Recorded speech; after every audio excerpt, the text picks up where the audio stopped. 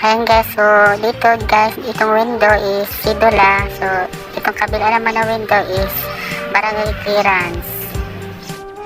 Ayan, dito guys is waiting na ako para sa releasing ng kinuha ko ng Barangay Clearance at Sidula.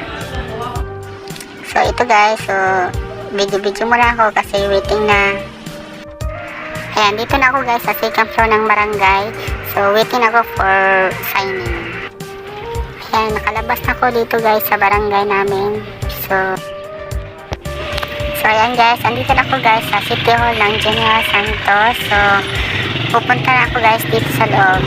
Ayan, lakad-lakad muna guys. So ayan, pasok na tayo guys dito sa entrance ng City Hall. Pero sa exit dumaan. So ayan guys, pagkatapos ko pinasa yung mga papers ko, ayan, kumuha ako ng free coffee nila dito sa loob. Ayan, nakakuha na ako ng coffee. So, ayan, kumuha na din ako ng free biscuit nila. Ayan, maraming biscuit, saka yung mga candy, iba't ibang candy yan guys ha. So, ayan, so while waiting guys, so minum muna ako ng kape. Ayan, ayan, super init yan guys. Ayan, kape-kape muna tayo guys sa mga adik ng kape. Ayan, yan tayo guys. So ayan guys, nandito na ako guys sa releasing. So waiting muna tayo guys sa mga papers natin. So hintayin ko lang tawagin yung mga pangalan.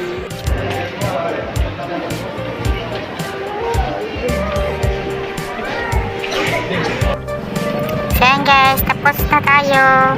So dito na ako sa labas guys. So tapos na ako, kinuha ko na yung mga papers ko para sa renewal ng trabaho ko. So ayan guys, so tapos na tayo sa mga requirements ko para sa renewal ng trabaho ko. So alis na ko guys, ito yung mga papers ko, nakalagay na sa folder. Ayan, thank you guys. So ayan guys, dito na ako guys, nakasakay na ako sa bus namin. So ayan, biyahe na tayo papauwi guys. So thank you for watching my video and ingat tayo guys.